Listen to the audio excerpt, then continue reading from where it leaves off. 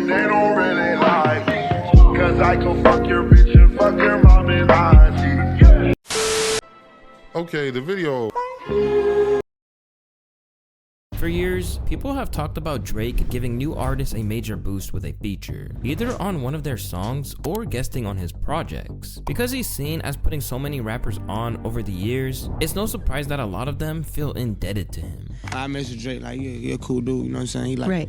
He real observant. So this has been in a long time. Me, like 2018, we're gonna make it happen, but we made it happen for real. But while we all know the success stories of people like Lil Baby and 21 Savage, what happens when the Drake cosign backfires and becomes the highlight of your career? And does that feature from Drizzy come with strings attached? That means you can never escape his shadow?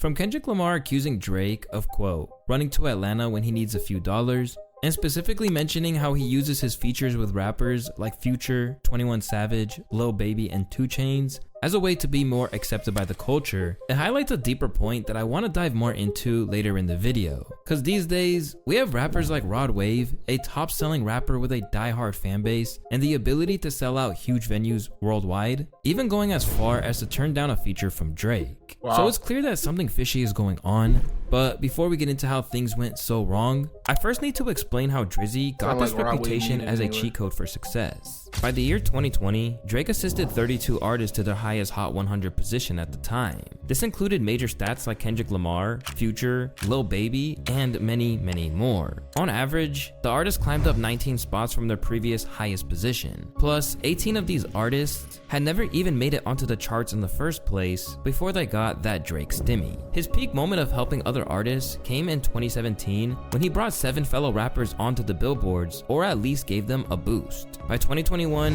he'd appear on 41 projects as a guest since 2015, and 30 times out of those 41, his track had the highest streams on Spotify and YouTube for the entire project. And of course, Drake didn't just let those numbers speak for themselves. He's constantly boasted about these accomplishments on songs like Mob Ties. Lead the league in scoring, man, but look at my And now that Drake is facing opposition from artists like Future, Rick Ross, The Weeknd, and Kendrick Lamar, during the Rap Civil War that's taken a hold of the game, his track Push-Ups also hinted towards those who benefited from the stimulus package, with shots like, every song that made it onto the charts he got from Drizzy, and your first #1, I had to put it in your hand. Because of the reputation as a hitmaker who can uplift an artist's career, it's meant that getting the guest spot from Drake outshines cosigns from legends in the industry. A Jay-Z feature is still considered one of the most important features you can get to this day. Drake. This was especially true for someone like Lil Durk, who was famously featured on Drake's absolute smash hit, Laugh Now, Cry Later. In the studio, right? This motherfucker Drake come through the DM like, oh, see your number. Man, you told me this before. I supposed to be on that compilation he did. Like, he dropped like 4 songs. We didn't get on it. So when he said DM me his number, I'm like, he sent the song through. I called everybody. Are you rich? It's over with. Like shit, he got that touch for real. You hear me? I turned to a fan that motherfucking day. I called everybody. Mama, it's over down. With. I'm finna do this motherfucker. We finna fuck him up on, and we finna go. And then so we came out, and the song was during the pandemic. Yeah. We went straight to 100. And then it just kept shout out to Drizzy, man. Yeah, shout out Drake though. He definitely helped the motherfucker out 1,000. Praised by so many who got that first taste of the Billboard through him, it's one of the few things that, until recently at least, most of his fellow MCs were happy to salute Drizzy for. I'm the only person that put on for me when I ain't have nobody was Drake. I'm talking about Drake was the first person to put on like before anybody. He didn't want to sign me. Yeah. He didn't want to, it was like, yo, that's raw talent, yo. Like, you gotta shine, yo. I'm gonna see to it. I forever owe Drake. Well, that's a little awkward now considering the recent events that's taken the game by storm. But as much as Drake fans like to talk about how he can basically give rappers exposure or even revive their careers, this is only one side of the story. Because for every success for people like Flocko, Savage, or The Weeknd, there are people like Blockboy JB, Sosa Geek, OVO Signese Division in the UK gigs, who haven't returned to the Billboard charts ever since. As for others who kept their place in the game, the problem is that they just failed to replicate the early rush of publicity that came from the Drizzy feature. That's why when the new artist Forbats got a collab with Drake, which debuted with 3 million streams in its opening 24 hours on Spotify, not everyone saw it as a good thing for his future. So who are the artists whose careers capsized after getting the call from Drake? And how much is he to blame? When you think of an artist who fell off after getting the Drake feature, they don't come much bigger than Blockboy JB, a Memphis MC who initially garnered attention with tracks like Shoot, Rover featuring 21 Savage, and The Dance That Fortnite would later steal. Blockboy JB found himself getting the famed DM from Drizzy, where he claimed he was his favorite rapper. They would eventually collab on a hit song titled Look Alive, and it went crazy when it debuted, as it basically took over the game and quickly landed Blockboy in the XXL freshman list for 2018, as well as a record deal with Interscope. Peaking at number 5 on the Billboard charts, the track's official video now has over 390 million views on YouTube alone. But for all the momentum he had, it's all just evaporated once Drizzy did what he always does and moved on to the next hot thing.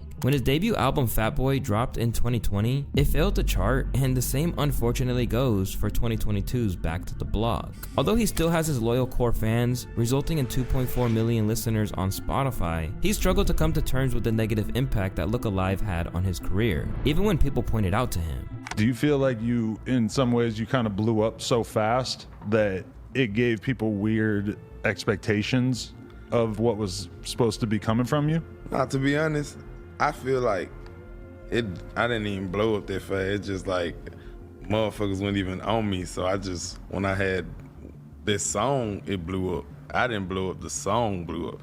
So like, people didn't even just know that I had like fucking 4 mixtapes out before this shit. So I always had a grind anyways.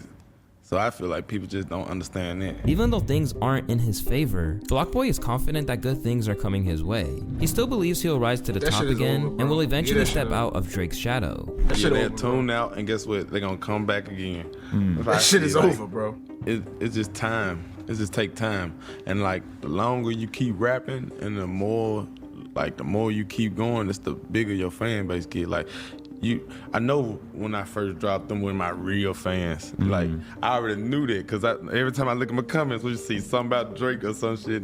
But now, like, the comments change. What's interesting is that these days, Blockboy is trying to ride the same wave by reaching out to Drake for another collaboration. This time, he didn't just slide into Drake's DMs, but he made it public on his Instagram story, saying, I think it's time for another one at Champagne Poppy. You're thirsty. This time around, even Drake's fans recognized that there wasn't much for the Six God to game from teaming up with Blockboy ever again. Some even have gone far as to comment things like, Drake probably avoiding watching that story right now, and Blockboy fell off. Nigga, no ways to ride there for the boy. Rather than being the megastar that Look Alive set him up to be, Blockboy is now left in obscurity, and his fallout is even being mocked by fellow rappers like Bandman Kevo. Yeah, he fell off.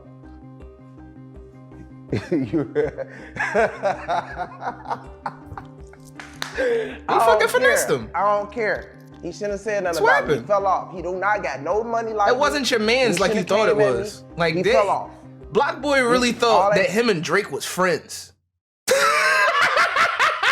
Nigga, he really thought them two was fucking friends. Dancing and doing this with the leg shit is over with. Nigga. It's over with, bro. You don't got it. Once riding a wave that Drake hopped on, only to jump off before it faded, Blockboy isn't alone in briefly benefiting from Drake's knack for recognizing what's hot in the culture. Sometimes this phenomenon even extends to rappers from Drake's own city, which was the case for a rapper by the name of Smiley. An underground MC from Toronto, Smiley started his career rhyming with the Garden Gang Click. After a 2015 stint in jail derailed his momentum, Smiley got his initial exposure through tracks like 9 on Me, and soon, Drake could be seen rapping his track from the pool. She might dance, 9 shots in my pants. Or land, that's a label. She want chillin' with no cable. Now I'm popping and annoying, wow. There must be some Canadian shit. I like Smiley. Officially on Drake's radar since 2017, he soon signed to Drake's OVO label, and to him, it seemed like the perfect scenario. At that point, Drake really started pushing him heavily on social media. I seen a picture with you and Ross, and Drake captions the shit that you're his favorite rapper. Oh, yeah. Right? Niggas say that about every fucking artist he want to steal clout from. He's already said things like that too already. He literally just said that to Blockboy JB. Posted that like that, you know? Right. Yeah. With that kind of cosign, he started to believe that he was the one. Sure, it's like I've finally gotten to embrace everything, like, you know, I understand it, but like I've been like that. I've been asking myself like, why me, but I'm gonna keep asking myself that for how long now, like, you know? Yeah, it's me. You know, Yeah, but real shit, why me? But it's just, it's love, like, that's what's crazy, because now I even see what he sees. Real shit, like, you know, it's crazy. It's like, I do believe like. But unfortunately for Smiley, no one else saw it. And when he finally got the Drake cosign on 2021's Over the Top, his flow got clowned by the masses, and everyone pretty much thought he fumbled his opportunity. Got verse from the boy in elite. He sent me a new and said use instead. Everybody was shitting on this nigga. Everybody was shitting on this nigga. That's why I said, like, maybe it's a Canadian thing because, nigga, we was not fucking with that. Maybe Canada like that shit. This shit, bro. It getting me hot, bro. I ain't gonna lie, bro. The comments were just as ruthless. One of the hardest verses from Drake in a long time, and Smiley does this. Smiley sounds like he has tickle battles with his homeboys. Despite the fact that the track got number 57 on the chart, his 2021 album, Buy or Buy 2, sold abysmally, clocking in at just 1.5k units in its first week. God! Since then, he's barely been a factor, but has denied falling off, without any real evidence to back it up, aside from the fact that he was chilling on a boat. But falling by the wayside in Drake's priorities after a hit isn't exactly anything new. I mean, just look at what happened to I Love McConan. That shit happened to him first. Attention from a self-released project. McConan been trying to tell y'all niggas. Off, courtesy of tracks like Tuesday. The crazy part is McConan been trying to tell y'all niggas, and everybody ignored McConan. Drizzy got his hands on the track, and suddenly McConan's life changed. Now, when Drake got on it, what did you say? Oh man, I just fainted in the house. You saw that little video. I was like, what the hell happened? You know what I'm saying? I was just tripping with my friends, you know what I'm saying, smoking weed, hanging out. He was like the first victim of this shit. Oh, that new Drake and I Love McConan is fire. And I just favored it, like, oh yeah, that would be dope. He must mean like if me and Drake made a track, right, that would be hot. And I was like, yeah, that would be hot. The official OVO page tweeted me and was like, Drake, I Love McConan featuring Drake, Tuesday remix. And I was like, what the hell? I was like, no way. I met Drake after the show, after watching the show and shit. And then he came up to me singing some more lyrics from like I Don't Sell Molly and all that.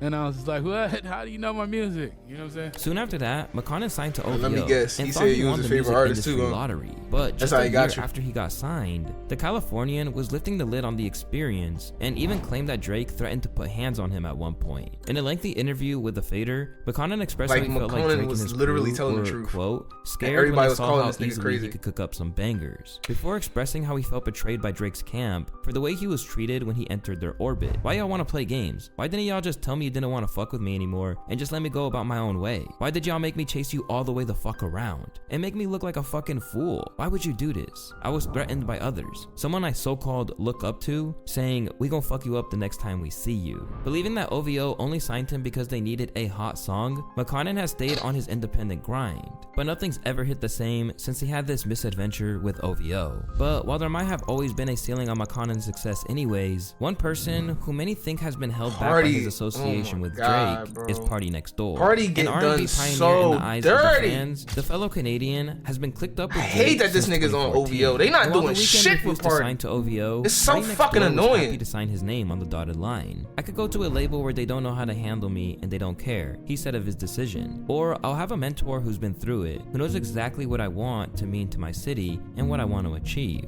They know how to handle your emotions. I'll have freedom and guidance. Even though he claimed to have all this freedom, I really he later do hate revealed that in an he's interview OVO that he had to give Drake the track because he would be a way big projects. He would be on some like Weekend level shit. Because remember, Weekend left OVO because of this fucking dumbass shit. If Party did the same thing, Party would be on top of the fucking world, bro. He wanted it for himself, but there's no denying that Drake made a really big impact for him. In 2016, Come and See Me got him onto the charts, and in 2019, Loyal became his biggest commercial success so far. But there's times where PND's frustration with his role at OVO has boiled over, particularly when it comes to writing for other artists. I'm 23, but I feel 43. You know what I mean? That's something to write for these other people. PND has faced criticism for either sharing his hits with Drake or finding his biggest successes alongside him. He once tweeted and deleted his plans to leave the label after one more album in November of 2020 when he wrote, one more album, then I'll tell y'all what it's like. Please. But now that so much time has passed, it's hard to imagine that even as talented as he is, that he could ever reach the full potential he had before wasting valuable time on the shelf at OVO. As for others, the Drake cosign seemed to come at the perfect time, only to be unable to capitalize. This was definitely the case for Young Blue, an Alabama artist who initially made waves. I'm gonna keep it a stack. I've always thought Young Blue was ass. I'm gonna be honest. In 2017 with Never seen the hype. Blue has always had clear star power, but when his buzz started to take a little dip, Having Drizzy hop on 2020's Your Mind Still changed everything for him. Before that, he was battling to get a fair deal from record labels and almost signed his life away on what would have been a terrible contract. But the minute that he was seen next to Drizzy, he suddenly had leverage. The deal they was offering me, it was like a lot of projects involved in that. Like, and I was just like, man, I ain't got no other choice, Like man. I'm just gonna projects? take the opportunity, huh? Like three projects or so? Like 4. And they wanted my old masters, you know what I'm Oh, saying? hell to the... Oh, fuck that. And they was laying number like What? Like 250 type shit. You feel 2.5 me? mil? No. 250,000. What? Like advance. Okay, just Yo, put it in they nah. perspective, you know what I'm saying? Nah, dog. Like, before the Drake record dropped, Nah. well, soon as the Drake record dropped, I was having bidding wars between $8 and $9 million. And this nigga was offering 25. The lead single from his album Moon Boy, the record peaked at number 12. and Signing soon the after, he OVO was sounds like blowing up fucking slavery. crazy. But to this day, Your Mind Still has Signing doubled to the place OVO as the next sounds most like popular just song. straight up And while fucking albums slavery like at this point. 2023's Love Scars 2 did alright, he still hasn't been able to get a hit that comes anywhere close to the impact of the collab with the Six God. Through these artists, we get a glimpse into the potential negative effects of getting the Drake stimulus package. But why does this happen to so many of them? And who exactly is to blame? Drake's critics often suggest that there are hidden reasons behind this collaboration. Honestly, I feel bad Since for his rise to Forbes because he fame, should have he's never faced signed the accusations OVO. of capitalizing on others' sounds. Soon as or this leveraging album their hype dropped, for his own that shit got gain. stepped Back in on by the fucking 2015, beef. when he first started co-signing Kodak Black, Earl Sweatshirt called him a vulture on Twitter, where he wrote, "I still feel like Drake's overall statement isn't 'check this new shit I heard.' It's always self-serving." And a lot of people agree. Drake obviously embraces the curator/trendsetter persona, and he's decent enough at it. But it doesn't ever seem like he manages long-term working relationships with these artists he quote-unquote discovers. Whether it's Dej Loaf, Fetty, Earl or always be McConaughey, spitting. it feels like nothing can happen in hip-hop without him. He's a vampire. But according Literally. to Drake, it's nothing as sinister as that. Whether it's UK rap He is or a vampire. He Afrobeat come he's up and tapping suck up your into, fucking it's clout and because just he's a leave you in the music fucking lover. dust I like as a to enjoy damn what's going on, man. husk. I appreciate like all these young people creating all these things. You know, it takes some real energy and synergy to like create a good song. Yeah. Like I hate that people think that like me being like into music from these kids that are trying to like make it and trying to build a name for themselves is like, oh, that's some culture vulture. Like, what does that even mean? I don't understand what that means. Yeah. Would you rather me like not Exactly. like, acknowledge anything or support? Like that's some hater shit, but it is what it is. I see it a lot, and I guess people have their own outlook on it. But it's fair to say that not everyone thinks it's as straightforward as that. In the eyes of the TDE rapper Daylight, he'll just use them up and throw them away. Exactly. We live in an era where Daylight people was need spitting to too. suck other I remember this people's interview. juice. And Daylight So wrote back they're to gonna back. Make friends with him. Niggas ain't know that Especially, shit. Who. He's gonna make friends with him. He's gonna try to do a song with him and feed off of him like he does everything. Drake was around Daylight a lot back then. Y'all think that nigga just liked Daylight just to be around him as a person? Nigga, no, it was fucking writing for him. And when you look at the careers of people like Blockboy JB and McConaughey, he might have a point. Then you have the problems he faces with the artists on his label. Similar to P&D's experience, there's a feeling that many of the artists are fueling the Drake machine. OVO's Majid Jordan once described a studio setup that was way more similar to a boot camp than it was to a recording session, where artists are secluded, working tirelessly on projects without outside contact. Yo. The result? Well, it gave us hits like Just Hold On, We're Going Home, which, as many of you know, What is kind one of shit Drake's is most that? popular tracks. But it's stories like this that alter some fans' perceptions to the point that they believe Drake operates a musical sweatshop disguised as a label. So when his newest signee, Forbats, OVO joined, sweatshop they were is trying not to a warn lie. him about what to expect. Welcome to the sweatshop, Forbats. Your stay is Forbats indefinite. shouldn't have did To that, noted bro. Drake stand academics, there are Forbats shouldn't have definitely did that. problems that arise from the Drake stimulus package. Drake has successfully cleared himself. Forbats of is in number real two. danger. This was Being on the Drake. artistry and wizardry at its finest. Hear me out. Drake rocked all these newcomers to sleep that could be possibly an incumbent. Okay, little baby. All right, bet. You know, see, Drake never hates on the new guy. He just shows him overly love and almost And then gets get him credit outta here. for the new guy come up. Then after a while, he steps And then away from the get him out of here. and I'm shit done never with you, looks the nigga. same. But when it comes down to it, Drake is ultimately free to give a feature to And whoever niggas he actually wants. think that Drake And is they if they're friend. not on his label, he doesn't owe them anything else. In fact, while it might give these rappers a buzz in wake of the track dropping, it's not his job to give them a whole career.